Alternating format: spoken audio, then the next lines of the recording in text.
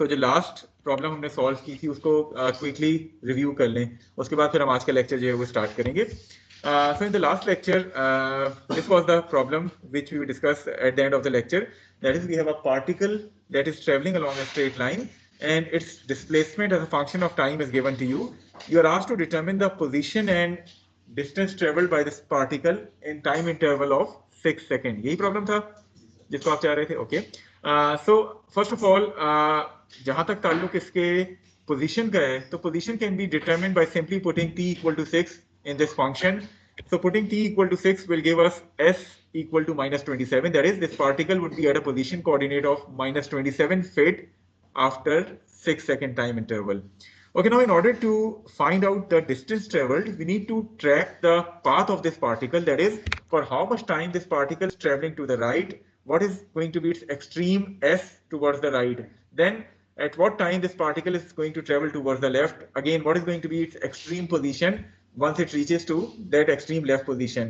Then finally, what is going to be its end position. So we need to determine कि कितना extreme right or left तक ये move करता है, so that we can add up those lengths in order to find out the total distance traveled. उसके लिए हमने कहा था कि extreme position find out करने के लिए अगर आप ये जज कर लेते हैं कि ये particle किस टाइम के ऊपर जीरो यानी वेलोसिटी अपना साइन चेंज कर रही है, तो वो आपके लिए एक्सट्रीम पोजीशन फाइंड करना जो है वो आसान हो जाता है. वो एक्सट्रीम पोजीशन फाइंड करने के लिए आपने किया क्या कि you have put this velocity function to be equal to 0, और उससे आपको दो रूट्स मिल गए इस इक्वेशन के, यानी t इक्वल टू 1 और t इक्वल टू 5 पे वेलोसिटी 0 है. इन अदर वर्ड्स, ये वो दो टाइम के लाइंस हैं जिसके ऊपर वेलोसिटी अपना साइन एक तरह से चेंज कर रही है.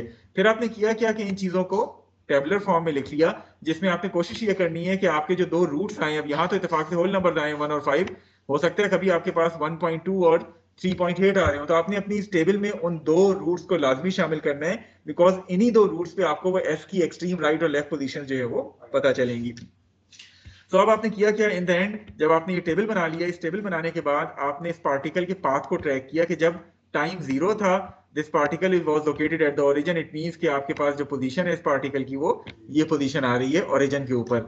जब t इक्वल टू 1 था, वेलोसिटी पॉजिटिव थी, इट मींस कि the particle would be travelling towards the right, और t इक्वल टू 1 पे जो s की एक्सट्रीम पोजीशन आ रही है दैट इज 10.5 मीटर्स या 10.5 फीट, वो ये आपकी पोजीशन आ जाती है. उसके बाद from 1 till 5 the velocity is negative. ऐसे ही है. तो द वेलोसिटी इज नेगेटिव का क्या मतलब है कि the particle would be travelling towards the negative side, और फिर 5 जब वेलोसिटी दोबारा 0 होती है तो उसकी एक्सट्रीम पोजीशन आपको शो की गई है विच इज माइनस 37.5, वो आपकी ये वाली पोजीशन जो है वो हो जाती है. Finally, from 5 to 6, the velocity is positive. That is, the particle would be traveling towards the positive axis from its current position, जो minus 37.5 की है. कितना travel करना है जब तक कि position coordinate minus 27 नहीं हो जाता. So this is the position for t equal to 6 when s equal to minus 27. So overall, अगर हम इसकी displacement की बात करें, तो the displacement of this particle is going to be from its origin या जो इसकी reference position है to the final position which is this thing. So the displacement is s equal to minus 27. लेकिन जहां तक ताल्लुक distance travel का है, तो distance travel के लिए हम करते क्या है कि इसका particle का path track करते हैं which is this length. उसके बाद ये यहाँ से लेके यहाँ तक travel करता है, and then finally it again travels from this point to this point. So the overall distance travel is going to be 10.5 feet plus 10.5 feet plus 37.5 feet plus 10.5 feet which is equal to 69 feet. तो जब आपको किसी भी problem में distance travel का कहा जाए तो उसमें आपने इसी तरीके को अप्लाई करना है, और उसमें जो क्रिटिकल चीज है वो ये है कि आपने वो एक्सट्रीम लेफ्ट और राइट वाली पोजीशंस को आइडेंटिफाई करना है. और वो किस तरह आप करेंगे, आप वेलोसिटी का 0 के बराबर पुट करके अपने जो है वो उसकी रूट्स देखेंगे, और उन रूट्स को आपने अपनी इस टेबल में लाजमी शामिल करने हैं. हर दफा रैंडमली 1 2 3 4 5 नहीं कर देना. मे बी आपका रूट हो सकता है 1.5 और 2.7 हो. अगर आप 1 2 3 4 5 करेंगे तो कभी भी आपको एक्सट्रीम पोजीशन जो है वो लोकेट नहीं कर सकेंगे. Is it clear to all of you? Okay, I hope कि those who are attending online वो तो कल चुके यहाँ मौजूद थे तो उन्होंने समझ ही लिया है. Let us begin today's lecture. So starting with today's lecture, this is the slide which is shown to you. That is, we are going to cover the topic which is shown bold on this slide. Rectilinear kinematics, erratic motion. Today we are going to inshallah complete this particular topic, और अगर थोड़ा सा time बचा तो general curvilinear motion की भी एक दो स्लाइडें जो है वो देखेंगे. ओके, जिस तरह लास्ट टाइम बात हुई थी, how do we differentiate between continuous and erratic motion. Continuous motion हम उसको कहते हैं when a particle has undergone continuous motion if its complete motion can be described using a single mathematical function. Whereas in case of erratic motion, ये जिसको हम irregular या inconsistent motion भी कहते हैं, उस केस में होता क्या है कि the particles motion cannot be described using a single mathematical function. Rather, आपका 2 या 3 टाइम पीरियड जिसमें वो पार्टिकल डिफरेंट फंक्शन फॉलो कर रहे होते हैं, हम उसको डिफरेंट टाइम पीरियड्स के हवाले से जो है वो उसकी एनालिसिस करते हैं. So starting with today's lecture which is rectilinear kinematics erratic motion. Whenever a particle's motion during a time period is erratic, यानी inconsistent या irregular, it may be difficult to obtain a continuous mathematical function to describe its position, velocity or acceleration.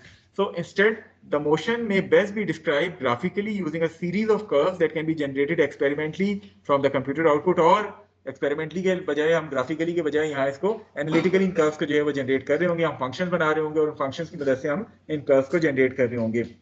अब जहां तक ताल्लुक इसकी theory का है, तो theory is not that much different from the first topic. सिर्फ फर्क क्या है इसमें और पहले टॉपिक में कि पहले पूरे का पूरा जो सोल्यूशन था वो एक मैथमेटिकल फंक्शन पे डिपेंड कर रहा था क्योंकि आपका मोशन कॉन्टिन्यूस था. इस केस में आपके पास वो पार्टिकल डिफरेंट टाइम इंटरवल्स में डिफरेंट फंक्शंस को फॉलो कर रहा होगा. फॉर्मूले वही है जैसे पहले आपने रेक्टिलिनियर काइनेमैटिक्स के पढ़े थे, लेकिन आप उसको टाइम इंटरवल के हिसाब से उसकी तमाम एनालिसिस जो है वो कर रहे होंगे rather than a single function. अब इसमें आपको you can have 3 different set of problems relevant to this topic. The first set of problem is कि आपको displacement time या जिसको हम ST curve कहते हैं वो आपको किसी भी पार्टिकल का नोन है और आपसे कहा जा रहा हो कि you need to generate the velocity time curve as well as the acceleration time curve for the complete motion of that particle. उसमें आप किस तरह करेंगे कि अगर आपको ST curve का पता है, उस कर्व को आप एक दफा डिफरेंशिएट करेंगे या उस फंक्शन को एक दफा डिफरेंशिएट करेंगे, you will get the VT curve, उसको आप प्लॉट कर लेंगे. इसी तरह उसको एक और दफा डिफरेंशिएट करेंगे तो आपको AT कर्व जो है वो मिल जाएगा. So the first set of problem is कि the ST curve is given to you and you are asked to determine the velocity time and acceleration time curve.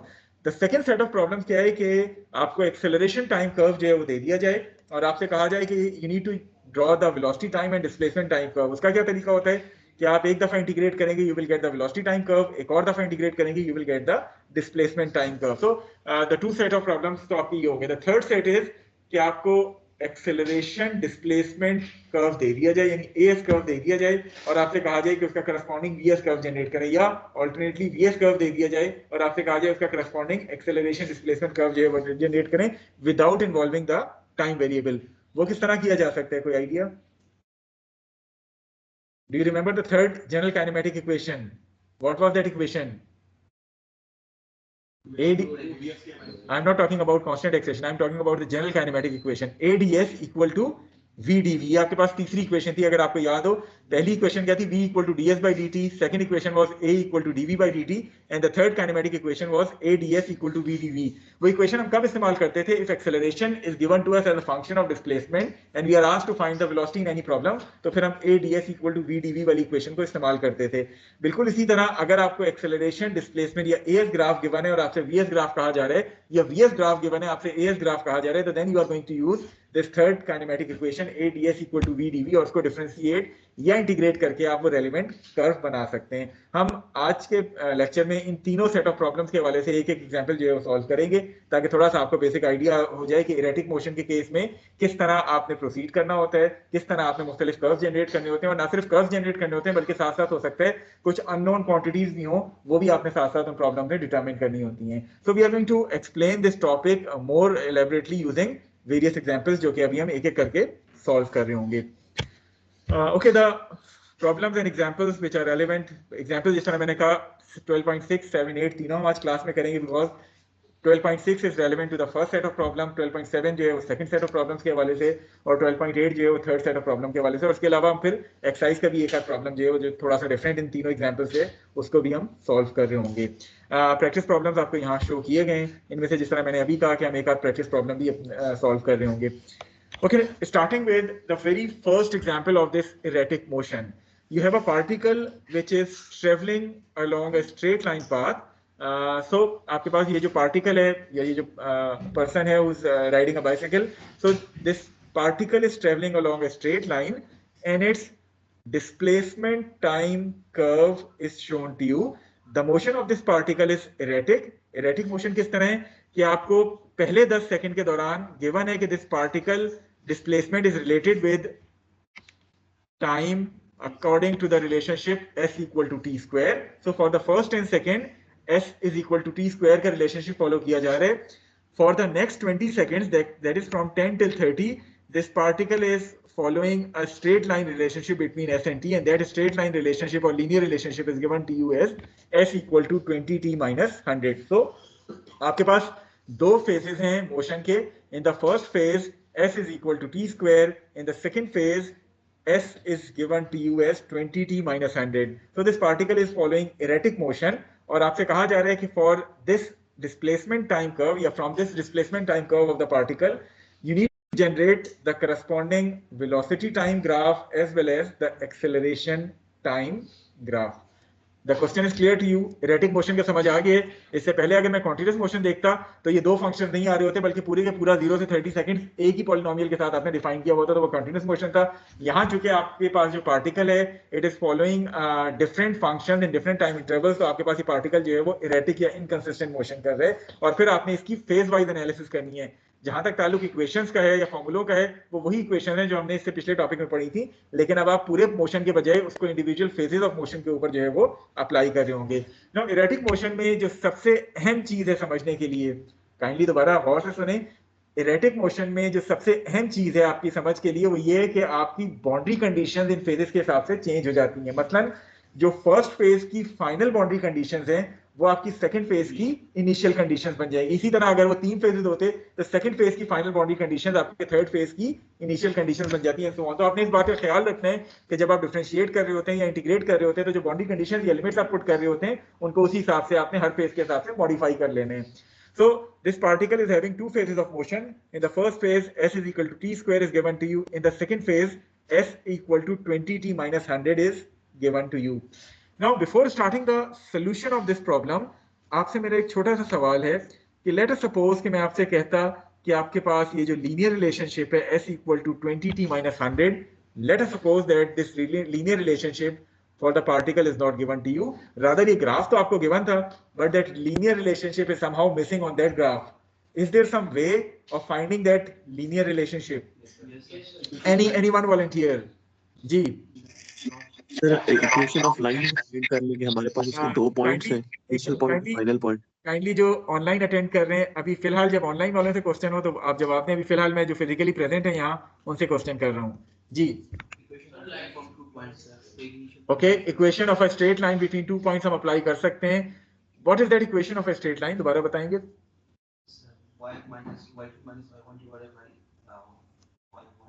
Okay, जी आपको equation बता रहे हैं.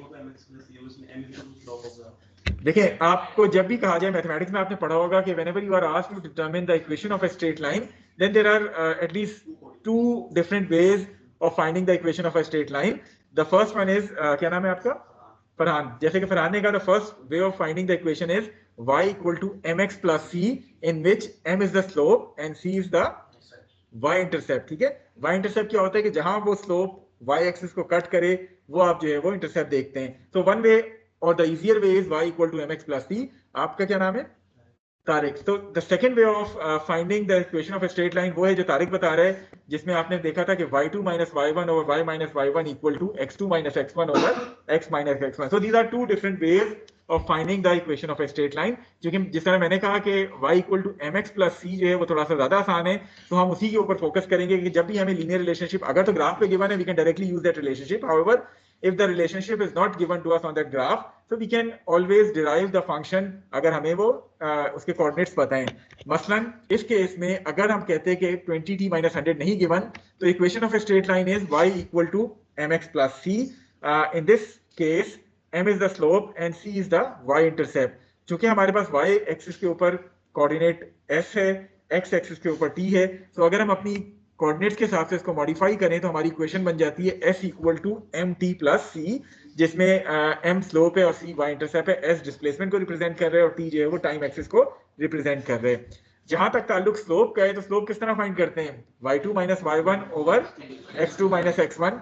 So for this linear relationship which is from this point to this point, y2 is 500, y1 is 100, x2 is 30, x1 is 10. So putting the values, the slope of this line comes out to be 20. So ये आपके पास slope आ जाएगी.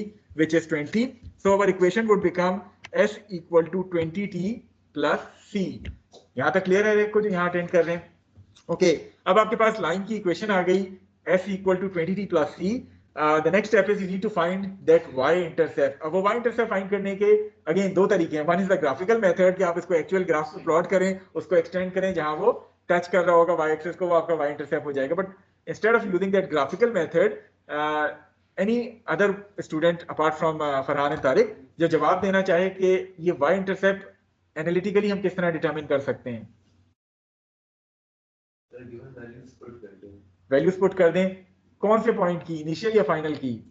अगर final की put करते हैं T और S दोनों final वाले होंगे, अगर इनिशियल की पुट करते हैं टी और एस दोनों इनिशियल. बिल्कुल ठीक है. In order to find out this y intercept आपके पास s equal to 20t plus c जो इक्वेशन आई है, either you are going to put the values of s and t at the initial point which is this point, or you are going to put the values of s and t of the final point which are this point. So या तो आप 100 और 10 put कर लें s और t, या 500 और 30 put कर लें इस इक्वेशन में, you will get the same value of this y intercept. For example यहाँ हमने किया क्या है कि हमने इनिशियल वैल्यूज पुट किए कि when t equal to 10, s आपके पास 100 था, so putting all these values will give us the value of c which is the y intercept to be equal to minus 100. So now our equation of a straight line is complete and the equation would become s equal to 20t minus 100, जो कि actually आपको graph के ऊपर given भी थी. वो है कि अगर आपको इन केस के लीनियर रिलेशनशिप ग्राफ पे गिवन नहीं है तो then you can use this method of straight line equation in order to find out that linear relationship. Again ये सिर्फ लीनियर रिलेशनशिप के लिए, क्वाड्रेटिक या हायर ऑर्डर पॉलिनोमियल अगर कोई है तो वो तो डेफिनेटली आपको गिवन होगा ही होगा ग्राफ के ऊपर.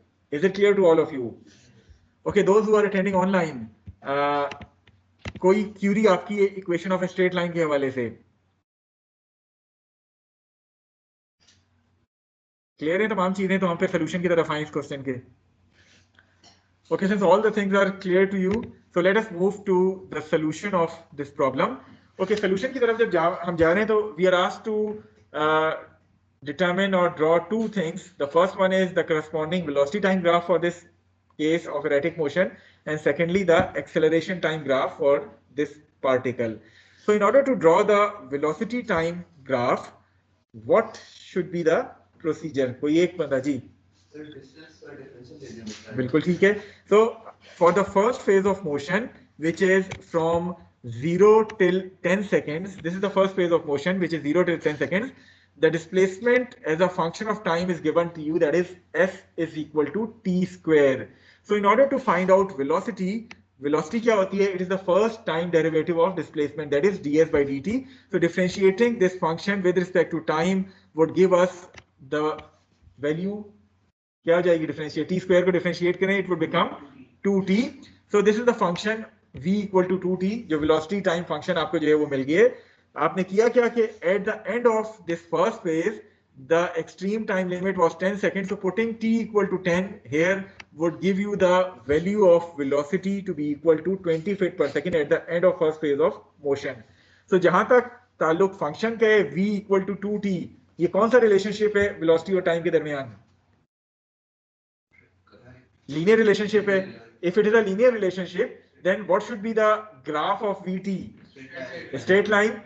कहाँ से ये originate होना चाहिए? Origin से वजह क्या है कि 2t है. When you put t equal to 0, v would be equal to 0. So you are going to get a straight line starting from origin till 20. Time 10 होगा, लेकिन वेलोसिटी की वैल्यू चूंकि आपके पास 20 आ रही है, इट मींस कि आपके पास जो ग्राफ आना चाहिए वो कुछ इस तरह का आना चाहिए कि 0 से स्टार्ट होके वेलोसिटी की वैल्यू 20 के ऊपर जाके ग्राफ जो है वो रुक रहा हो. Is it clear to all of you? किसी को कोई डाउट, कोई क्यूरी इस हवाले से? Okay, for the second phase of motion which is from 10 till 30 seconds, the velocity the displacement function is given to you as s equal to 20t minus 100. So in order to determine the velocity, we are again going to take the first derivative of this displacement with respect to time. So once you take the derivative of 20t minus 100, 20t का derivative क्या हो जाता है? 20, और 100 का derivative क्या होगा? 0. So it means कि 20t minus 100 का derivative आपके पास 20 आ गया. That is the velocity for the second phase of motion is going to be constant. Graph में ये कैसे प्लॉट होना चाहिए? हॉरिजॉन्टल लाइन आ जानी चाहिए 20 के ऊपर. सो आपके पास वेलोसिटी टाइम ग्राफ जो है वो कुछ इस तरह का आ गया कि for the first phase of motion आपके पास लीनियर रिलेशनशिप आ रहा था v equal to 2t up till the velocity is equal to 20 foot per second, or from 10 till 30 seconds, the graph is going to be a straight horizontal line because the velocity is constant. So this is how we have generated the velocity time curve for this particle, which is having erratic motion but traveling along a straight line. Is the velocity time curve clear to all of you?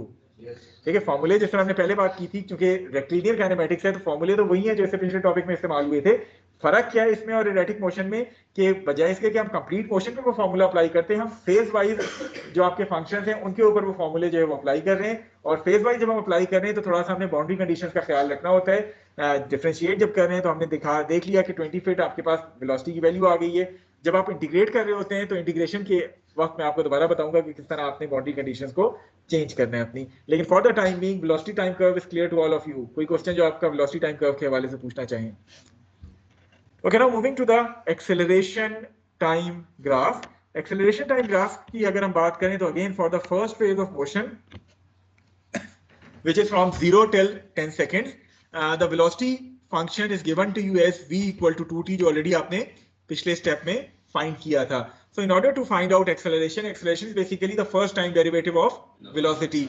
So a by dt, so आप जब 2t को differentiate करेंगे it comes out to be 2 feet per second square. It means कि आपके पास जो acceleration है for the first phase of motion is going to be constant, which is 2 feet per second square. इस acceleration को अगर हम graph की form में बनाना चाहें तो किस तरह का ग्राफ होना चाहिए? हॉरिजॉन्टल लाइन होनी चाहिए 2 फीट के ऊपर. So आपके पास एक इस तरह की लाइन आ जाएगी for the first phase of motion, horizontal line 2 feet per second square की acceleration के साथ. For the second phase of motion, which is from 10 till 30 seconds, the velocity was constant, which is 20 feet per second, जो कि आपने step number 1 में find की थी. So once the velocity is constant, the first derivative of velocity with respect to time is going to be 0. So for the second phase of motion, आपके पास acceleration जो है वो 0 आ गई. So for the first phase, the acceleration is constant, which is 2 feet per second square. For the second phase of motion, आपके पास जो acceleration है that is going to be 0, या आपने उसको जो draw करना है तो 0 वाली जो acceleration की line है उस पे आपने 10 से 30 seconds तक एक just symbolically एक line draw कर दी जो कि 0 acceleration को represent कर रही थी. So this is how you can generate the velocity time and acceleration time curves if the displacement time curve is known to you. Is it clear to all of you? Okay, those who are attending online, do you have any question regarding this example? अगर कोई question है, you can raise your hand. शायद आप अपने आप को unmute अगर नहीं कर सकते तो I'm going to let you ask the question. अगर कोई question नहीं है तो then we can move forward. Okay, so since no hand is being raised up till this point, so it means that everything is clear to you. So let us move to the next example, which is going to be from the second set of problems, जो कि आपसे अभी start में हमने share की थी. Okay, इस problem में क्या है कि you have a particle which is starting from rest and then travels along a straight line such that for the first 10 seconds of motion, this particle is accelerating at a constant rate of 10 meter per second square. So for the first 10 seconds, आपके पास ये जो particle straight line में travel कर रहा है, it is accelerating at a constant rate of 10 meter per second square starting from rest. For the second phase of motion, which is from 10 seconds onward, this particle is decelerating at a constant rate of -2 meters per second square. So पहले 10 second वो accelerate कर रहे हैं, उसके बाद वो constant rate के साथ डिसेलरेट कर रहे हैं. अब अगर ये डिसेलरेट कर रहे हैं किसी रेट के साथ तो there is going to be some point where this particle is going to stop. So आपने न सिर्फ इस AT ग्राफ से करस्पॉन्डिंग VT और ST ग्राफ जनरेट करने हैं, बल्कि आपने साथ साथ वो टाइम भी फाइंड आउट करना है T डैश, जिसके ऊपर जाके अगर ये इस रेट के साथ डिसेलरेट करे, ये पार्टिकल किस टाइम पे जाके it is going to stop. Secondly, जो एक और चीज आपने फाइंड करनी है कि स्टॉप होने तक इसने कितना पोजीशन कोऑर्डिनेट जो है वो ट्रेवल किया है, वो भी आपने जो है वो डिटरमिन करना है. तो you need to determine two things apart from drawing the VT and ST graph. That is what is going to be the time जिस पे जाके ये रुक रहा है और रुकने तक इसने कितना पोजीशन कोऑर्डिनेट ट्रेवल किया है, that you need to determine. So I hope that the question is clear to all of you. Okay, if the question is clear to all of you, let us move towards the solution of this problem. Again, starting with the velocity time graph कि किस तरह हमने velocity time graph generate करने from this acceleration time graph. Okay, for the first phase of motion which is from 0 till 10 second, the acceleration is given to you as 10 meters per second square. So since the acceleration for first phase of motion is known to us, that is a equal to 10 meter per second square, but we also know that acceleration is dv by dt, so we can write dv equal to a dt. So आपके पास ये चीज आ गई है dv equal to a dt, which is 10 dt in this particular case. Then you integrate both sides of this equation and putting the boundary conditions जो कि आपको given है कि since it is starting from rest, so initial velocity इसकी 0 हो गई when t equal to 0. आपने इसकी velocity find करनी है when t equal to t. So once you integrate it, 10 dt, 10 बाहर आ गया, constant है, dt का इंटीग्रल लें तो क्या आता है? इंटीग्रेशन कुछ याद है? डायनेमिक्स में आपको काफी फ्रीक्वेंटली ये डिफरेंशिएशन और इंटीग्रेशन इस्तेमाल करनी पड़ेगी, तो अपनी मैथमेटिक्स मैट्रिक एफएससी और जो आपने फर्स्ट सेमेस्टर में कैलकुलस का कोर्स पढ़ा है उसको थोड़ा सा रिव्यू कर लें. अगर आपके पास डायनेमिक्स की बुक है तो काइंडली इस 12th एडिशन के आखिर में डिफरेंट अपेंडिक्स में ये डिफरेंशिएशन इंटीग्रेशन के फॉर्मूले रिवीजन के लिए आपको दिए गए, एक दफा गो थ्रू कर लें फॉर्मूले को. We are not going to check कि आपका डिफरेंशिएशन या इंटीग्रेशन का एग्जाम लेना है, लेकिन आपको एटलीस्ट बेसिक डिफरेंशिएशन इंटीग्रेशन के जो फॉर्मूले हैं वो आपको आने चाहिए. साइन का डिफरेंशियल, कॉस का डिफरेंशियल, क्योंकि वो आगे जगह जगह इस्तेमाल हो रहे होंगे, तो कोशिश करें जो बेसिक डिफरेंशिएशन इंटीग्रेशन के फॉर्मूले हैं आप उनसे थोड़ा सा नो हाउ रखते हो, ताकि हम जो है वो उनको यहाँ फ्रीक्वेंटली यूज करेंगे. वो आप अपनी डायनेमिक्स की ये 12th एडिशन वाली बुक के मुख्तलिफ अपेंडिक्स जो गिवन है, मेरे ख्याल में अपेंडिक्स 1 या 2 है जिसमें इन फॉर्मूलों को रिवाइज कराया गया, वो एक दफा जाके थोड़ा सा गो थ्रू हो जाए. सो लेफ्ट साइड पे डीवी को आपने इंटीग्रेट किया, आपके पास v आ गया. राइट साइड पे जब आपने इंटीग्रेट किया dt को तो आपके पास t आ गया. So the vt relationship would be equal to v equal to 10t.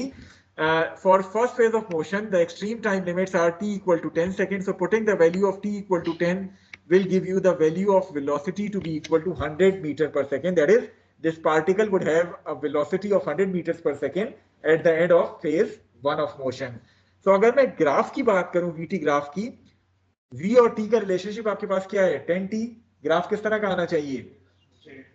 Since again it is a linear relationship, so it is going to be a straight line starting from origin till 100 metre per second, time 10 and v 100 metre per second. तो एक तरह से आपका first phase of motion का graph जो है वो यूं बनना चाहिए जिसमें आपके पास ये वेलोसिटी की वैल्यू जो है वो 100 आ जानी चाहिए. So this is going to be the graph, vt graph for the first phase of motion. Is it clear to all of you? Okay, now the second phase is critical. For the second phase of motion, which is from 10 till t dash, the acceleration is again constant, but it is a equal to minus 2 meters per second square. So again, writing dv equal to a dt, it would become dv equal to minus 2 dt. The important thing here is कि आपने ये जो integration की limits लगानी है इनको थोड़ा सा ध्यान में रखना है. वो इंटीग्रेशन की लिमिट्स क्या है कि since it is the second phase of motion, so the final boundary conditions of phase 1 would now become the initial conditions of phase 2.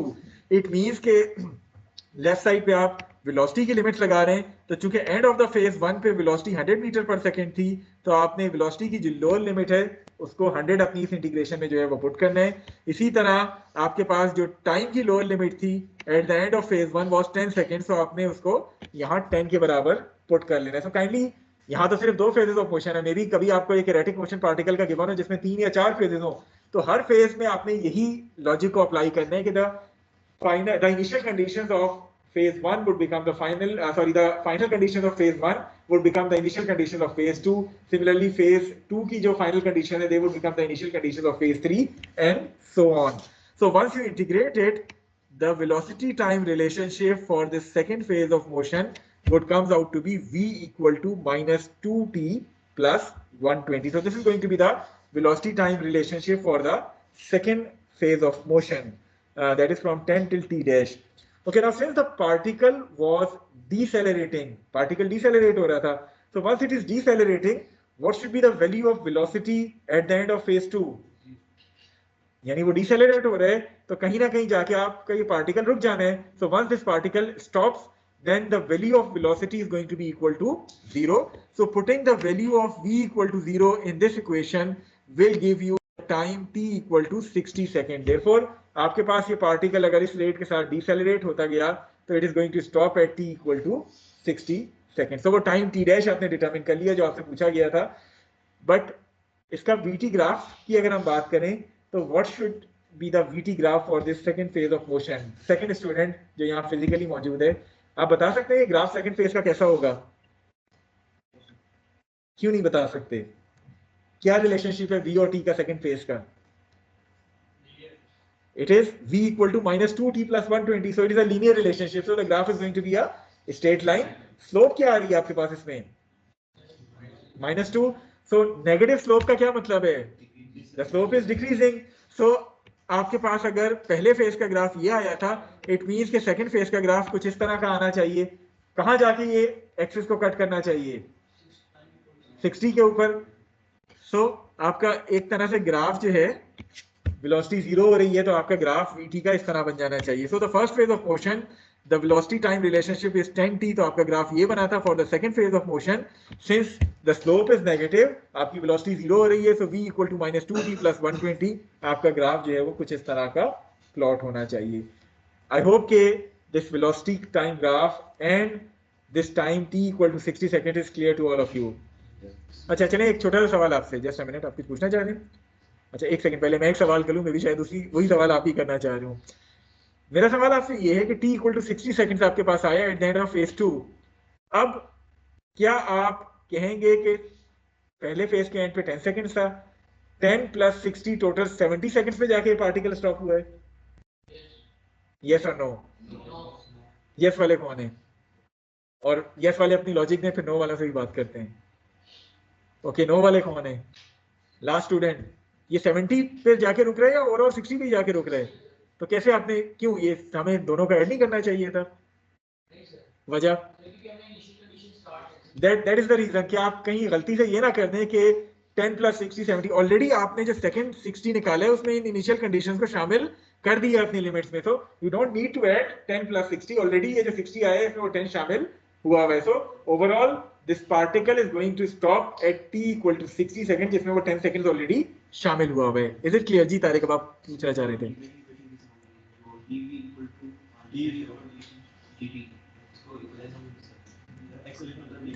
A is dv by dt, ऐसा ही है, तो dv कितना हो जाएगा? a dt,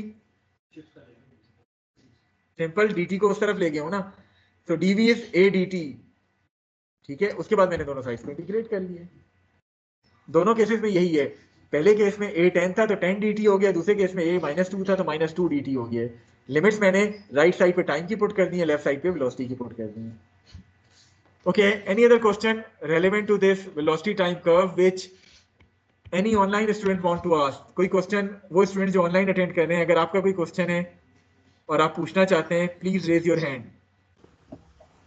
जी, 700 आप कुछ पूछना चाह रहे हैं? सर वैसे इंटीग्रेट तो एक कांस्टेंट आता है यूजुअली, तो 2000 वो कांस्टेंट उस वक्त आता है जब आप इंटीग्रेशन की यानी बाउंड्री कंडीशंस पुट ना कर रहे हो, ठीक है। अगर आप जनरल लिमिट्स में इंटीग्रेट करें तो आता है, यहाँ आप चूंकि बाउंड्री कंडीशंस पुट कर रहे हैं तो कांस्टेंट ऑफ इंटीग्रेशन जो है वो नहीं इन्वॉल्व होगा। ये तो मैथमेटिक्स आपने, मैं अज्यूम कर रहा था कि आपने मैट्रिक एफएससी या एटलीस्ट कैलकुलस में पढ़ा हुआ होगा कि जब आप लिमिट्स लगा के इंटीग्रेट करते हैं तो कांस्टेंट नहीं आता है, ठीक है। Any other question? काइंडली जो स्टूडेंट्स यहाँ बैठे हुए हैं वो आपस में बात ना करें। जी Abdullah Liaquat, you want to ask something? Sir जो सेकंड फेज की इक्वेशन बनाई है इंटीग्रेशन वाली, एक बार दोबारा बता दें। देखें वो फिर मुझे इंटीग्रेशन समझानी पड़ेगी, मैं कोशिश कर रहा हूँ। इंटीग्रेशन का तरीका नहीं, ये जो इस पे रेंज जो लगाई और जो माइनस वाला साइन है, ये वाला पार्ट सिर्फ देखें। ये जो माइनस वाला, ये -2 की बात कर रहे हैं? Yes sir. देखिए -2 तो ऑलरेडी हमें गिवन है कि for the second phase acceleration is -2 metre per second square, तो एक तरह से ये dv equal to a dt है, लेकिन a -2 है तो इसलिए मैंने -2 की वैल्यू यहाँ लगाई है। सो ये चीज क्लियर है आपको? Yes sir. ओके, जहां तक ताल्लुक इन रेंज का है, तो अभी हमने बात की थी कि whenever we are talking about erratic motion, आपकी जो फर्स्ट फेज की फाइनल बाउंड्री कंडीशंस हैं वो सेकंड फेज की इनिशियल कंडीशंस बन जाती हैं। सो लेफ्ट साइड पे अगर मैं देखूं, आप विद रिस्पेक्ट टू वेलोसिटी जो है वो इसको इंटीग्रेट कर रहे हैं। सो वेलोसिटी की फाइनल बाउंड्री कंडीशंस क्या थी फर्स्ट फेज की? It is 100 metre per second. सो वो सेकंड फेज की आपके पास इनिशियल कंडीशन हो गई है। इसी तरह टाइम की final boundary conditions first phase की 10 थी, तो सेकंड फेज के ऊपर वो इनिशियल कंडीशन बन जाएंगी। That is what erratic motion is all about. Whatever are the final boundary conditions of the first phase, they would become the initial conditions for second phase. Similarly, अगर आपके पास यहाँ third phase भी होता, तो second phase की जो final boundary conditions है, वो आपकी third phase की initial conditions बन जानी थी. Is it clear? Yes, sir. Okay, now moving on to the second part of this question, that is we need to draw the displacement time curve as well. Displacement time curve draw करने के लिए, again, for the first phase of motion, we have the velocity time relationship जो already हमने इससे पिछले slide के ऊपर find किया है, that is v equal to 10t. But we also know that v is ds by dt, so ds would be equal to v dt. ऐसा ही है. तो हमने किया क्या कि ds should be equal to v, which is 10t here dt. और उसके बाद मैंने इंटीग्रेट कर लिए with in the limits first phase में 0 से लेके s और 0 से लेके t. So the st relationship would comes out to be s equal to 5t square. At the end of phase 1, the value of t is 10 seconds. So putting t equal to 10 in 5t square would give you the value of s to be equal to 500 meters. In other words, at the end of phase 1, this particle is located at a position coordinate of 500 meters. So ये तो इसकी s की value हो गई. What about the st graph for phase 1? 5t square quadratic. किस तरह का polynomial बनना चाहिए, किस तरह का ग्राफ बनना चाहिए? Rather it is going to be a parabolic curve. Maybe अगर मैं इसको एस एक्सिस कंसीडर करूं तो कुछ इस तरह का आपके पास ग्राफ बन जाएगा और ये फाइनल वैल्यू आपके पास 500 मीटर हो जाएगी एस की. Is it clear to all of you? Okay, now moving on to the second phase of motion, which is from 10 till 60 seconds. This is the second phase of motion, for which in the previous slide you have found the velocity time function to be equal to minus 2t plus 120. याद है ये function जो अभी हमने find किया था इससे पिछली slide में? So since v is ds by dt, again ds should be equal to v dt. So ds should be equal to v, which in this case here is minus 2t plus 120 dt. Condition वही लगानी है कि the final boundary conditions of phase 1 should now become the initial conditions of phase 2. That is ये जो 500 metres है ये आपके पास s की इनिशियल कंडीशन के तौर पे आ जाएगा फेज 2 की. इसी तरह ये जो टाइम का 10 सेकेंड्स है ये आपके पास इनिशियल कंडीशन आ जाएगा for this second phase of motion. So 500 से लेके s और 10 से लेके t तक आपने इन दोनों साइड्स को इंटीग्रेट करना है. इन लिमिट्स का काइंडली आपने बहुत ख्याल रखना है, क्योंकि अक्सर स्टूडेंट्स जल्दी में करते क्या है कि आंखें बंद करके, हमेशा चूंकि हमें आदत पड़ी हुई है कि लोअर लिमिट को 0 पुट करने की, तो आंखें बंद करके हम लोअर लिमिट को 0 पुट कर रहे होते हैं. नहीं, ऐसा नहीं है. काइंडली आपने जब भी इरेटिक मोशन कंसीडर कर रहे हैं तो आप उसको चूंकि फेज वाइज एनालिसिस की कर रहे हैं तो आपने इन बाउंड्री कंडीशंस का बहुत ख्याल रखना है. Okay, now once you integrated, the left hand side would become s minus 500, the right hand side would become the equation जो कि आपको शो की गई है.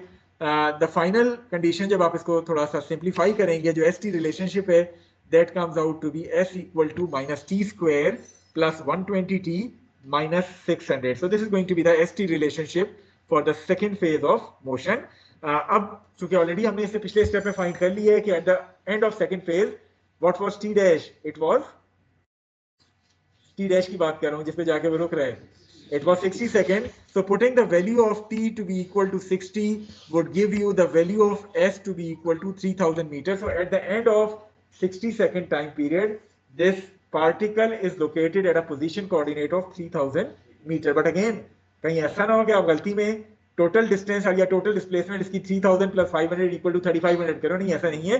ऑलरेडी 3000 में वो 500 शामिल हुए हुए हैं जो आपने बाउंड्री कंडीशन में अपने शामिल किए. So this 3000 is the overall position coordinate जिसके ऊपर इस पार्टिकल ने 0 से 60 सेकंड्स के दौरान ट्रेवल किया है. Is it clear to all of you?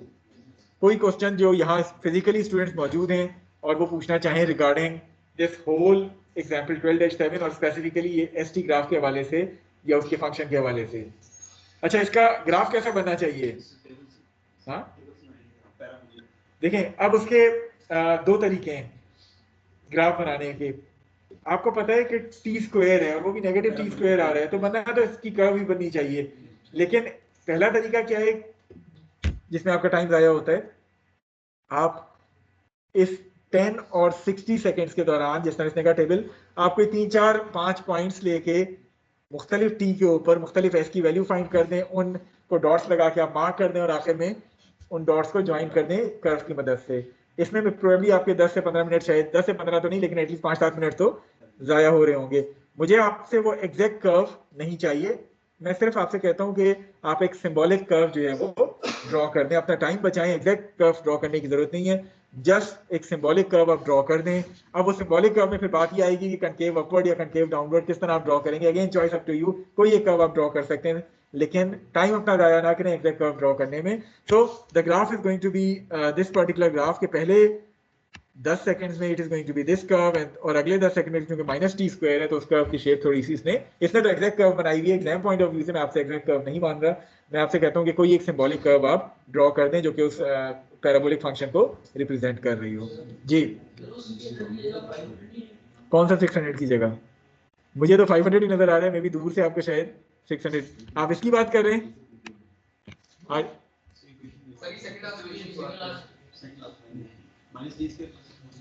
देखें इंटीग्रेशन हुई है, कोशिश करें कि इसको घर जाके खुद सॉल्व कर लें, लेकिन ये आना इसी तरह है, ठीक है। आप लेफ्ट साइड को भी देखें ना, लेफ्ट साइड में -500 आ रहा है, इसको राइट पे लेके जाएंगे तो इंटीग्रेशन ही सही हुई है। चलिए इसी बहाने आपकी इंटीग्रेशन थोड़ी सी रिवाइज हो जाएगी, ठीक है।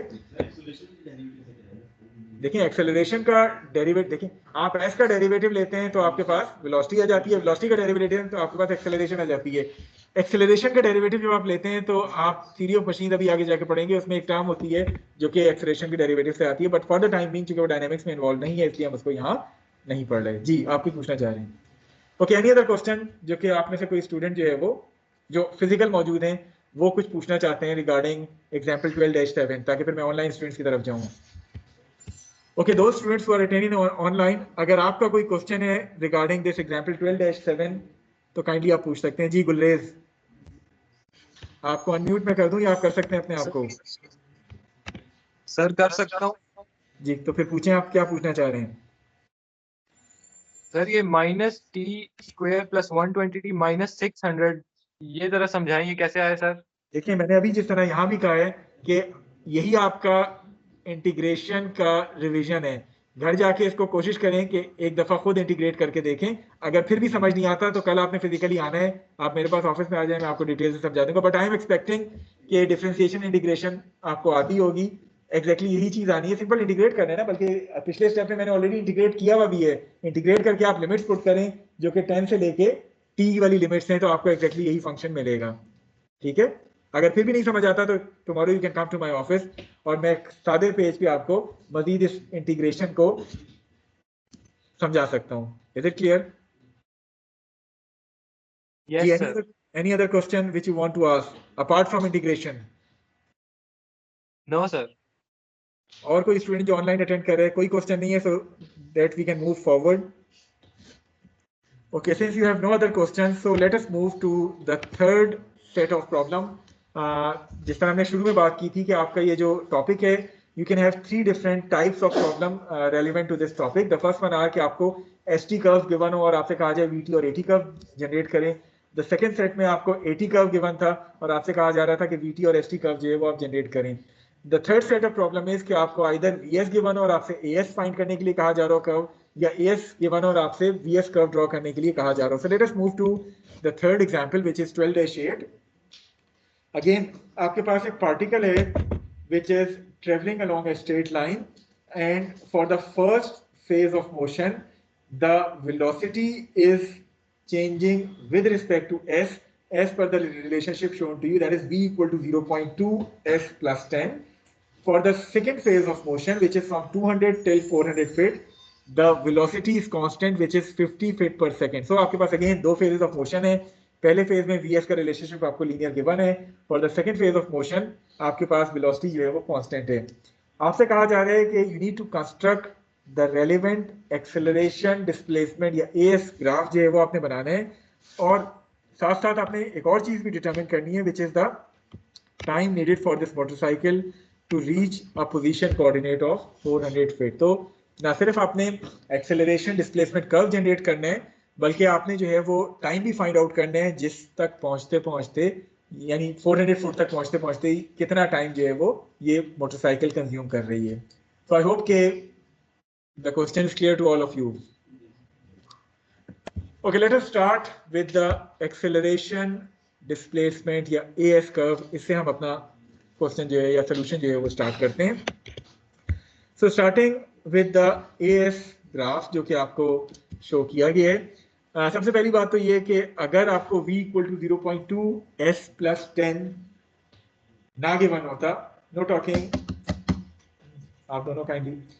तो अगर आपको ये वेलोसिटी और s का जो रिलेशनशिप है 0.2 s plus 10 for the first phase of motion ना गिवन होता, तो आप उसी तरह y equal to mx plus c करते. यहाँ तो इवन आपको c फाइंड करने की जरूरत नहीं, क्योंकि आपको नजर आ रहा है कि this graph is cutting the y axis at 10. तो आपके पास डायरेक्टली y इंटरसेप्ट 10 आ जाना था. स्लोप का जहां तक ताल्लुक है तो वो 50 माइनस 10 ओवर 200 माइनस 50 हो जाता, 50 माइनस 10 ओवर 200 माइनस 0 हो जाता, तो आपको 0.2 उससे मिल जाना था स्लोप. तो अगर ये फंक्शन ना गिवन होता, you can use the equation of a straight line to develop y equal to mx plus c वाला फंक्शन यूज करते हुए. ओके, एएस ग्राफ की अगर हम बात करें तो व्हाट इज द इक्वेशन और relationship which is relating a s and v? Do you remember that kinematic equation? a ds equal to v dv. So we are going to use this relationship here, which is a ds equal to v dv. But since here v is defined to us as a function of s, तो हम करेंगे क्या कि a ds equal to v dv को थोड़ा सा modify कर लेंगे और हम इस ds को इस साइड के ऊपर ले जाएंगे. So our equation would become a equal to v dv by ds. अगर यही हमें a as a function of s के तौर पे डिफाइन होता तो हम इसको इंटीग्रेट कर लेते. अब क्योंकि हमें v as a function of s के तौर पे डिफाइन है और a फाइंड आउट करने के लिए कहा जा रहा है, तो हम अपनी इस इक्वेशन को थोड़ा सा मॉडिफाई कर लेंगे और ds को हम उस साइड पे ले जाएंगे ताकि हम v को विद रिस्पेक्ट टू s जो है वो डिफरेंशिएट कर सकें. Is it clear? ये पहला स्टेप हर एक को क्लियर है. इसी में कुछ सवाल ऐसे भी आएंगे जिसमें आपको vs के बजाय as का ग्राफ गिवन होगा. उस सूरत में आप क्या करेंगे कि आप a ds equal to v dv आप दोनों साइड्स को इंटीग्रेट करके अपना वो v का वैल्यू जो है वो फाइंड करेंगे. यहाँ चूंकि v as a function of s के तौर पे गिवन है, तो इट मींस कि आप v को डिफरेंशिएट करेंगे विद रिस्पेक्ट टू s, तो आपने ds को ऊपर जो है वो ले गए. So your equation would become a equal to v dv by ds. Is it clear to all? Okay, आप थोड़ा सा सोल्यूशन की तरफ वापस आए. जिस तरह भी बात हुई, आपके पास a equal to v dv by ds हो जाएगा. v आपको ऑलरेडी फर्स्ट फेज के लिए गिवन है. We are now considering the first phase of motion which is from 0 till 200 feet. So for the first phase of motion the velocity as a function of s is given to s 0.2 s plus 10. Second step में आपने क्या करना है कि dv by ds find करना है. सो dv by ds क्या होगा? If v is defined to us as 0.2 s plus 10, dv by ds क्या होगा? The first derivative of v with respect to s. So what is going to be that first derivative of v with respect to s? 0.2 s का derivative 0.2 हो जाएगा, 10 का derivative 0 हो जाएगा. So overall d by ds would be equal to 0.2. So dv by ds is आपके पास 0.2 आ जाएगा for this particular case. अब आपने एक बात का ख्याल रखना जब ये डेरिवेटिव फाइंड कर रहे हो, since in this case v is defined to us as a function of s, तो dv by ds आपके पास सिंपली इस तरह आ जाएगा. लेकिन कभी आगे सिचुएशन ऐसी भी आ सकती है कि आपके पास से, बल्कि चलें उस सिचुएशन को हम अगले टॉपिक में जो आज स्टार्ट करेंगे उसमें डिस्कस करेंगे कि मे बी y आपको as a function of x के तौर पे डिफाइन हो rather than as a function of t, और आपसे कहा जा रहा है कि dv by dt फाइंड करें, तो वो क्या हो जाएगा? तो चेन रूल याद है, dv by dx into dx by dt. तो कहीं कहीं आपको वो चेन रूल का भी इस्तेमाल करना पड़ेगा, लेकिन इस टॉपिक में नहीं, अगले टॉपिक में उसकी बात आएगी. यहाँ तो ऑलरेडी v आपको as a function of s के तौर पे डिफाइन है, तो you can easily differentiate v with respect to s. dv by ds आप फाइंड कर सकते हैं. Is it clear to all of you? तो आपने किया क्या? a आपके पास था v which is 0.2 s plus 10 and dv by ds which is equal to 0.2. At the end of first phase the value of s was 200. So putting the value of s equal to 200 will give you the value of acceleration to be equal to 10 feet per second square. That is, this particle would have a value of acceleration to be equal to 10 foot per second square at the end of phase. Clear है यहाँ तक? Okay, what should be the graph look like? a और s का graph अगर मैं first phase का बनाऊं तो कैसा बनना चाहिए ये ग्राफ, जिससे पूछा जाए. अगेन बाकी लोग खामोश हैं जो फिजिकली यहाँ मौजूद हैं. जी आपका क्या नाम है? हमजा। हमजा, काइंडली आप मुझे बता सकते हैं कि for the first phase of motion what should be the graph of as look like? बिल्कुल ठीक है।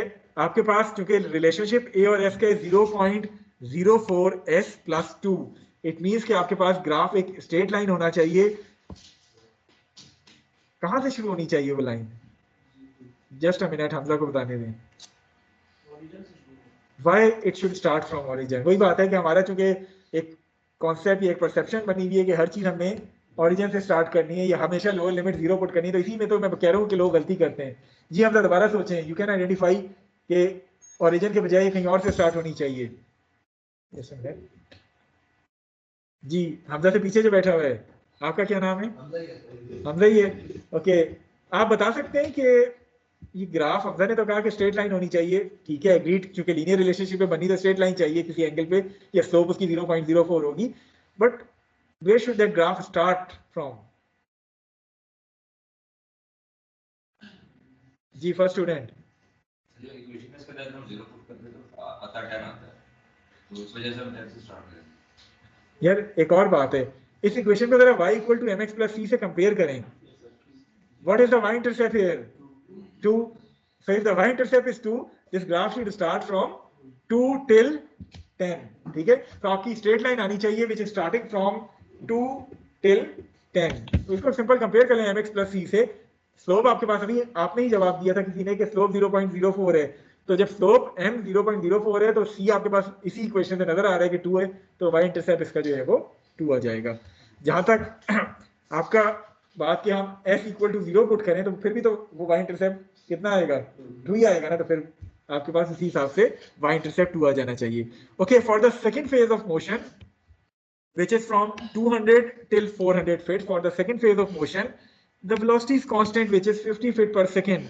So again using the same relationship, a equal to v dv by ds, dv by ds क्योंकि v is constant, dv by ds would be equal to 0, and thereby the acceleration would be equal to 0 for the second phase of motion.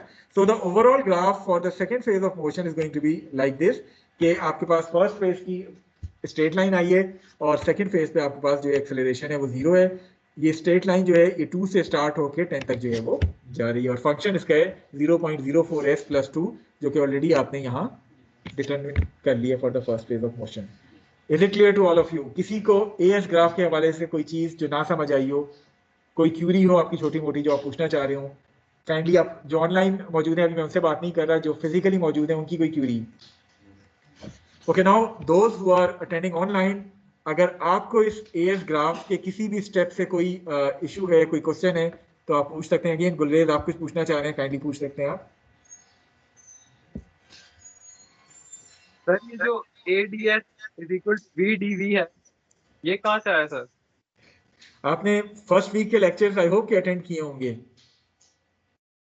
बिल्कुल sir, ये नहीं भी किए तो online वो मौजूद हैं। ड्यूरिंग आवर 2 आवर क्लास हमने जो जनरल काइनेमेटिक इक्वेशंस पढ़ी थी, उनमें 3 हमने जनरल काइनेमेटिक इक्वेशंस पढ़ी थी। The first one was v equal to ds by dt, the second kinematic equation was a equal to dv by dt। अब हमने कहा यह था कि ये जो इक्वेशन 1 और 2 हैं, इन दोनों इक्वेशन से अगर हम dt को एलिमिनेट कर दें तो आपके पास ये थर्ड रिलेशनशिप आ जाती थी kinematic, which is a ds equal to v dv। So अगर आपको वो याद नहीं है तो काइंडली उन लेक्चर्स को एक दफा दोबारा गो थ्रू कर लें। Is it clear? ठीक है sir. Okay, any other question जो कि कोई ऑनलाइन स्टूडेंट करना चाहे? अभी ये क्वेश्चन हमारा कंप्लीट नहीं हुआ, हमें टाइम भी फाइंड करना है जो कि अभी हम करते हैं, लेकिन for the time being as graph में कोई चीज जो आप पूछना चाहें। ओके, कोई क्वेश्चन नहीं है, so let us move to the second part of this question. वो सेकंड पार्ट क्या है कि अगर मैं इस ओरिजिनल क्वेश्चन पे वापस आऊं, we need to determine the time needed for this motorcycle to reach a position coordinate of 400 feet. Again those who are physically present here, the second student, आप बता सकते हैं वो टाइम हम कैसे फाइंड कर सकते हैं?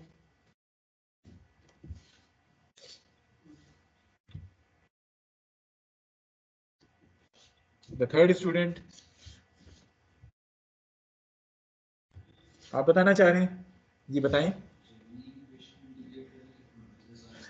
डेफिनेटली हम करेंगे क्या कि already for the again phase wise हमने चलना है, for the first phase of motion, we were given that v equal to 0.2s plus 10. But we also know that v is basically ds by dt. So हम करेंगे क्या कि dt को एक side पे ले जाएंगे और s वाली टर्म्स को एक साइड पे ले जाएंगे. So dt would be equal to ds by 0.2s plus 10. यहाँ तक क्लियर है रेक को? ओके, अब हम सिंपली जिस तरह उन्होंने कहा, क्या आपका क्या नाम है? अहमद ने जिस तरह कहा उसके बाद हम इसको इंटीग्रेट कर देंगे within the specified limit. So क्योंकि यहाँ dt के हिसाब से कर रहे हैं, सो 0 to t, यहाँ ds के हिसाब से कर रहे हैं, तो हम इसको 0 से लेके s तक इंटीग्रेट कर देंगे. Once we integrate it, left side पे तो सिंपल इंटीग्रेशन है, हमारे पास t आ जाएगा. What about the right hand side? 0.2s plus 10 in the denominator. ये किस चीज का इंटीग्रल है, कुछ याद है? नेचुरल लॉग का इंटीग्रल है, लेकिन नेचुरल लॉग के इंटीग्रल में तो वो 0.2 तो नहीं आता. बतौर कांस्टेंट हम इसको बाहर, यानी हम बाहर क्या करेंगे कि 0.2 से मल्टीप्लाई और डिवाइड कर देंगे. जो ऊपर वाली चीज है वो अंदर जाके उसको नेचुरल लॉग बना देगी. जो नीचे 1/0.2 है वो कितना होता है? 1/0.2 इज बेसिकली 5. तो 5 आपका ये आ जाएगा, 5 natural log of 0.2s plus 10. Again थोड़ा सा कोशिश करें कि वो जो मैंने आपसे कहा है कि अपेंडिक्स 1 या 2 है डिफरेंशिएशन इंटीग्रेशन वाला, उसको थोड़ा सा रिवाइज कर लें. बेसिक फॉर्मूलों के हवाले से आपकी कैलकुलस थोड़ा सा रिवीजन हो जाएगी कि डिफरेंशिएशन इंटीग्रेशन के कौन कौन से फॉर्मूले आपको जो है वो इस्तेमाल करने होंगे. तो this is basically the natural log formula. Log 0.2s plus 10. आप जब वैल्यूज पुट करेंगे तो आपके पास t जो है वो 5 natural log of this minus 5 10 आ जाएगा. पुटिंग द वैल्यू, आपके पहले फेज के बाद s की क्या वैल्यू थी? It was 100. So putting of s equal to 200 will give you the value of time to be equal to 8.05 seconds. In other words, आपका जो पहला फेज है यानी 200 फुट का डिस्टेंस जो है that is being covered in 8.05 seconds. यहां तक क्लियर है रेक को? काइंडली ये नेचुरल लॉग वाला जो चीज है उसको एक दफा जाके रिवाइज कर लें कि नेचुरल लॉग क्या होता है. उसका सिंपली हम करते थे dx बाय, क्या फॉर्मूला था, कुछ याद है? नेचुरल लॉग वाला फॉर्मूला इंटीग्रेशन का. चलें वो आपको मैं नॉन सबमिटेड होमवर्क के तौर पे छोड़ता हूँ, एक दफा जाके जस्ट उसको गो थ्रू कर लें. Okay, now coming to the second phase of motion. जिस तरह अभी हमने बात की, फर्स्ट फेज आपका 8.05 सेकंड्स में कवर हो रहा है. For the second phase of motion the velocity was constant. So once the velocity is constant, आपके पास दो चॉइसेस है सोल्यूशन की. मैं दोनों चॉइसेस आपको यहाँ समझाता हूँ, बाकी आगे आपकी मर्जी है, आप एक इवैल्यूएशन पॉइंट ऑफ व्यू से कौन सा मेथड जो है वो अप्लाई करते हैं. So first of all considering the first method कि आप 200 से 400 फीट के दरमियान कहते हैं कि velocity is 50 which is constant, और वही तरीका जो आपने फेज 1 के लिए अप्लाई किया था उसी तरीके को इस्तेमाल करते हैं. That is 50 equal to ds by dt. In other words dt आपके पास क्या आ जाएगा? ds over 50, and then you integrate it. But once you are integrating it, आप इस चीज का ख्याल रखें जो कि मैंने यहाँ सर्कल किए. That is the final boundary conditions of the first phase would become the initial conditions of this second phase. तो चूंकि यहाँ विद रिस्पेक्ट टू टाइम कर रहे हैं, टाइम की ऑलरेडी आपने फर्स्ट फेज की बाउंड्री कंडीशन निकाली है विच इज 8.05, वो आपने यहाँ पुट कर ली है. जहां तक ताल्लुक s का है तो ऑलरेडी आपको s की बाउंड्री कंडीशन फाइनल पता है फर्स्ट फेज की, विच इज 200 फीट. वो s आपने यहाँ 200 फुट जो है वो पुट कर ली है. अब जब आप इंटीग्रेट करेंगे, लेफ्ट साइड पे आपके पास t आ जाएगा इंटीग्रेट करने से. तो लिमिट्स पुट करें t और 8.05 की, तो t माइनस 8.05 आपका लेफ्ट हैंड साइड पे आ जाएगा. राइट हैंड साइड पे 1/50 बाहर आ गया, ds का इंटीग्रल s हो जाएगा. तो जब आप लिमिट्स पुट करेंगे वो s माइनस 200 हो जाएगा. क्या चीज देखें, अभी हम सेकंड उसकी तरफ आते हैं. मैं पहले इसको एक्सप्लेन कर दूं. आप जो बता रहे हैं that is the second solution जिसकी अभी हम बात करेंगे. द फर्स्ट सोल्यूशन इज कि जिस तरह हमने स्टेप 1 किया है 0 से 200 के दरमियान, वही स्टेप हम इस पे रिपीट कर देंगे. अच्छा, अब आप करते क्या है कि once you solve it, when s equal to 400, आप s की 400 वैल्यू यहाँ पुट करेंगे तो it will give you the value of t to be equal to 12.05 second. It means के at the end of second phase the time is 12.05 second. अब ऐसा ना हो कि आप टोटल टाइम के लिए इस 12.05 को ऐड कर रहे हो 8.05 में और आप कहें कि 20.10 जो है वो टोटल टाइम है। नहीं, ऐसा नहीं है, ऑलरेडी ये जो 12.05 आया इसमें वो 8.05 आपने शामिल किया हुआ है। जिस तरह से पिछले केस में जब हम पिछला प्रॉब्लम कर रहे थे तो हमने कहा था कि इनको ऐड नहीं करना, ऑलरेडी आपकी लिमिट्स में वो इंक्लूड हुआ हुआ है।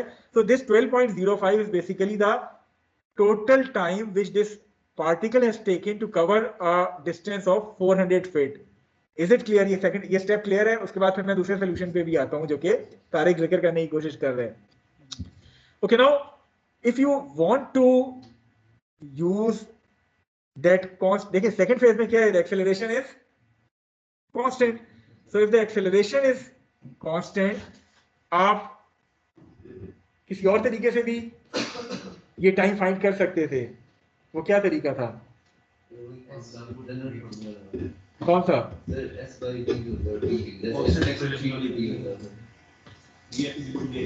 जो ओरिजिनल फॉर्मूला है वो क्या है? सबसे पहले तो आप मुझे वो बताएं, फिर मैं वो तारिक वाले फॉर्मूले पे आता हूँ। अच्छा तारिक, एक और बात, चलें आप ये जो कह रहे हैं S इक्वल टू VT, ये किधर से आया है? वो ओरिजिनल इक्वेशन क्या है?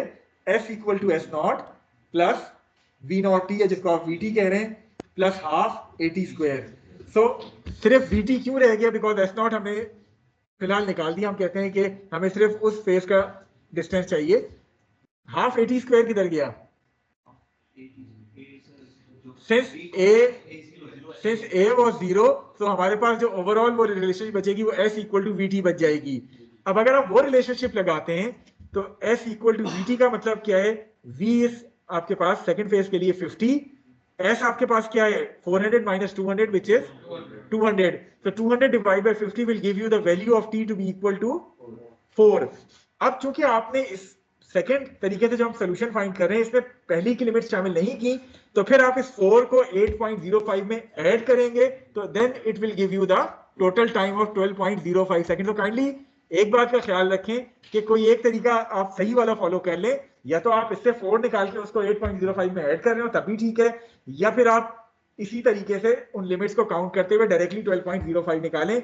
लेकिन काइंडली ये ना करें कि आप कहते हैं टोटल डिस्टेंस 4 में कवर हो रहा है या 8.05 प्लस 12.05 इक्वल टू 20.10 में कवर हो रहा है। कोई एक सही तरीका इस्तेमाल कर लें। चॉइस आपके पास अपनी है, क्योंकि कांस्टेंट एक्सेलरेशन का केस है, आप directly S equal to VT लगा सकते हैं, जिससे आपको सिर्फ उस फेज का टाइम मिलेगा, उसको ऐड कर दें to the first phase time in order to find out the total time. या दूसरा तरीका क्या है कि ऑलरेडी आप ये इंटीग्रेशन की लिमिट्स ही ऐसी लगाएं कि उसमें वो टाइम ऑलरेडी इंक्लूड हो रहा हो। So is it clear to all of you जो यहाँ मौजूद है? किसी को कोई डाउट तो नहीं है इस टाइम के हवाले से? I hope कि आपके क्वेश्चन का भी आंसर मिल गया है।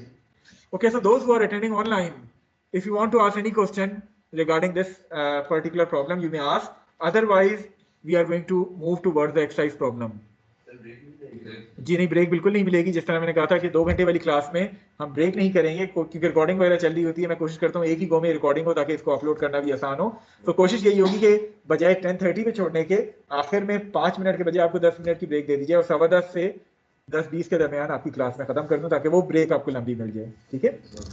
Okay, those who are attending online, if you want to ask any question you may ask now, otherwise we are going to move on to the exercise problem. एक हमने exercise का problem जो है वो करना है and then finally we will move on to the next topic. उसका सिर्फ हम इंट्रोडक्शन करेंगे और उस टॉपिक को फॉर्मली हम स्टार्ट करेंगे इन अवर नेक्स्ट वीक लेक्चर्स। जी कोई हैंड रेज नहीं हुआ, so it means के all the things are clear to all. So let us move to the final problem of this topic. Now this problem is relevant to again the third set of problem, जिसमें मैंने कहा था कि या तो आपको VS given होगा और आपसे AS फाइंड करने के लिए कहा जा रहा होगा, जिस तरह अभी आपने एग्जांपल सॉल्व की है, या हो सकता है आपको AS गिवन हो और आपसे VS डिटरमिन करने के लिए कहा जा रहा हो। So this particle starts from rest and travel along a straight track with the acceleration deceleration curve as defined by the graph. That is for the first phase, which is from 0 to 200 meters. This particle has a AS relationship, which is A equal to 0.1 S plus 5. For the second phase, this particle is decelerating at a constant rate of minus 15 meter per second square. So you need to construct the relevant VS graph. एक तो VS graph बनाना है आपने इस AS graph से, and then since it is decelerating, ultimately it is going to stop. So what is going to be the S dash which this particle has traveled before it comes to rest again? दो चीजें आपने find करनी है, the VS graph as well as the S जिस पे जाके ये रुक रहा है। Okay, starting with the AS graph, अब अगेन इसमें कौन सा रिलेशनशिप लगेगा? ADS equal to VDV, but since here A is defined to us as a function of S, तो हम इसको इंटीग्रेशन की फॉर्म में इस्तेमाल करते हुए V फाइंड करेंगे, रादर देन पिछली एग्जांपल के केस में चूंकि V as a function of S था तो हमने डिफरेंशिएशन के लिए dV by ds कर लिया था। तो आपने डिपेंड करता है, अगर V as a function of S है तो डेफिनेटली dV by ds आप करेंगे या डिफरेंशिएट करेंगे। अगर A as a function of S है और V फाइंड करने के लिए कहा जा रहा है तो फिर आपने इसी इक्वेशन को इंटीग्रेशन की फॉर्म में इस्तेमाल करना है। So for the first phase of motion, which is from 0 till 200 meters, V dV equal to A ds. So आपके पास A defined as 0.1 s plus 5 for the first phase of motion. Left side पे आपके पास V था। Okay, अब आप जब इसको integrate करेंगे, लेफ्ट साइड पे क्या हो जाएगा? V square over 2. Right side पे आपके पास क्या हो जाएगा? 0.1 s का integral 0.1 s square divide by 2, 5 का इंटीग्रल 5s हो जाएगा। तो यहाँ जो v स्क्वायर बाई 2 आ रहा है उस 2 को जब उधर लेके जाएंगे तो आपके पास ये फाइनल इक्वेशन आएगी v square equal to 0.1 s square plus 10s। So v would become under root of that function. Under root वैसे अगर मैं रिप्लेस करूँ तो इसको मैं किस तरह लिख सकता हूँ? 1/2 के तौर पे लिख सकता हूँ। सो हमारे पास v equal to 0.1 s square plus 10s आ गई। हम S की पहले फेज की लिमिट्स पुट करें 200, it will give me the value of velocity to be equal to 77.5 meter per second. So at the end of phase 1, the particle is moving with a velocity of 77.5 meters per second. What should be the graph look like? The VS graph for this first phase of motion. Again, it is going to be a curve. वही बात है कि कोई एक symbolic curve आप जो है वो draw कर दें just to represent के वो एक पैराबोलिक फंक्शन को रिप्रेजेंट कर रही है। पहला पार्ट क्लियर है देखो, किसी को कोई डाउट इस पहले पार्ट के हवाले से? Okay, for the second part which is from 200 till s dash, आपके पास रिलेशनशिप वही है v dv equal to a ds, लेकिन यहाँ a की वैल्यू क्या हो गई है जो कि आपके पास -15 थी for the second phase of motion. So putting this value of a in this relationship and then integrating both sides, but make sure that you are putting the correct limits here. For the first phase of motion, the final boundary conditions of velocity were 77.5. So putting that 77.5 as the initial velocity condition for phase 2. Similarly, for the first phase of motion, the final S was 200 meter या 200 feet जो भी है, आपने उसको put कर दिया initial boundary conditions के तौर पे for the second phase of motion, and then you integrated v square over 2 minus 15 s minus 200, ये आपके पास रिलेशनशिप आ जाएगा। अगेन 2 को आप उधर ले जाएं, इसको जब फर्दर सॉल्व करेंगे the final relationship would be v equal to minus 30s plus 12006.25 whole raised to power 1/2। Clear है यहाँ तक ये फंक्शन तक? अगेन इसका कर्व कैसा बनना चाहिए? Again it is going to be a parabolic curve, यानी आपका पैराबोल है, आपका जो फंक्शन है वो 1/2 की पावर के साथ है, तो एक कर्व बनेगा, वो उसको सिंबॉलिकली आप किसी भी एक कर्व से रिप्रेजेंट कर सकते हैं। But at what point this curve should join the S axis? जब वेलोसिटी 0 हो जाएगी, बिकॉज हमने कहा यही है कि ये डिसेलरेट हो रहा है। Once this particle is decelerating, it means के at the end of phase 2 it is going to stop. So once that particle stops, the value of v at the end of phase 2 would be equal to 0. So putting the value of v to be equal to 0 in this relationship will give you the value of s to be equal to 400.2 meter. So this particle would be at a position coordinate of 400.2 meters at the end of phase 2. Again, ऐसा ना हो कि आप इस 400.2 को 200 से add करें और कहें कि 600.2 पे जाके रुके, नहीं, ऐसा नहीं है। ऑलरेडी आपके ये सेकंड फेज है, इसमें पहले फेज की 200 वाली शामिल है। So at the end of this phase 2 it would be having a position coordinate of 400.2 meter rather than 600.2 meter. Is it clear to all of you? कोई क्वेश्चन जो आप पूछना चाहें?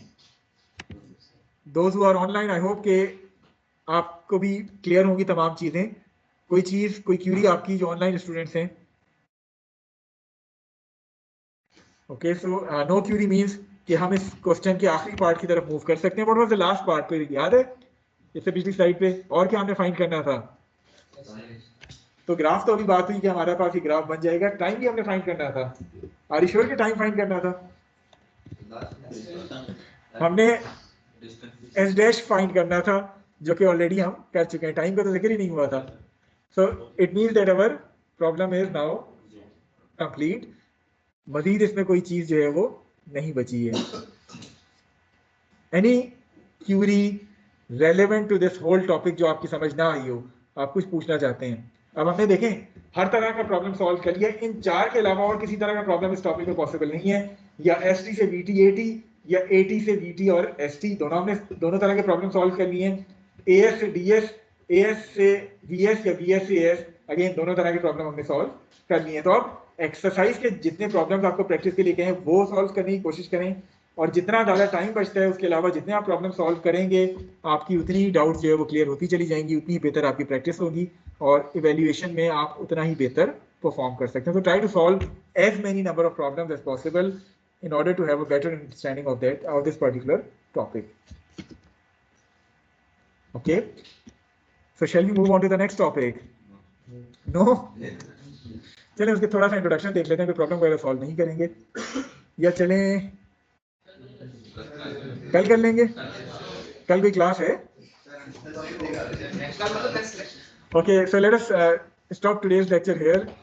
वैसे भी चूंकि इंट्रोडक्शन अगर हमने किया भी इंट्रोडक्शन वैसे जबानी हम बता सकते हैं कि up till this point we have considered the rectilinear motion of a particle. That is, that particle was constrained to travel along a straight line. Since that was traveling along a straight line, so we only required one axis. चूंकि सारे का सारा motion उसी एक axis के along हो रहा था, so we only require one axis to define the kinematics of that particle. However, from this point onward, we are going to deal with curvilinear motion of a particle in which two or maybe three axes are going to be involved. So, जब तक straight line की बात थी वहां तो हमारा वो algebraic scalar से काम चल गया था, वेक्टर्स हमने उस तरह यूज नहीं किए थे. But from this point onward, since we will be discussing the general curvilinear motion and more than one axis are going to be involved, so आपको वो तमाम काइनेमेटिक्स जो है वो इन टर्म्स ऑफ वेक्टर्स जो है वो डेवलप करनी पड़ेगी. वो वेक्टर्स की फॉर्म में जब आप डेवलप कर रहे हैं तो वेक्टर्स के लिए फिर आपको कोई ना कोई रेफरेंस पॉइंट और कोई ना कोई रेफरेंस एक्सिस डिफाइन करनी पड़ेगी. That reference axis can be either the Cartesian coordinate system जिसको हम XYZ कोऑर्डिनेट सिस्टम कहते हैं यूजिंग यूनिट वेक्टर्स IJNK जिसमें हम काइनेमेटिक्स डेवलप करेंगे, और that can be the second coordinate system जिसको हम normal and tangential coordinate system कहते हैं. उसके अलोंग यूनिट वेक्टर्स डिफाइन करते हुए हमें काइनेमेटिक्स डेवलप करनी पड़ेगी. या तीसरा तरीका क्या है कि हमें सिलेंड्रिकल कोऑर्डिनेट्स जो कि एक तरह से पोलर कोऑर्डिनेट्स की एक्सटेंशन है उसको हमने यूज करते हुए काइनेमेटिक्स डेवलप करनी होगी. लेकिन बात सारी के सारी वेक्टर्स के ऊपर चली जाएगी तो हमें फिर जो है वो तमाम चीजें in terms of vectors define करनी पड़ेगी. सो इंशाल्लाह next week onward we are going to start using vectors for our kinematic equations rather than algebraic scalar quantities. Okay, any student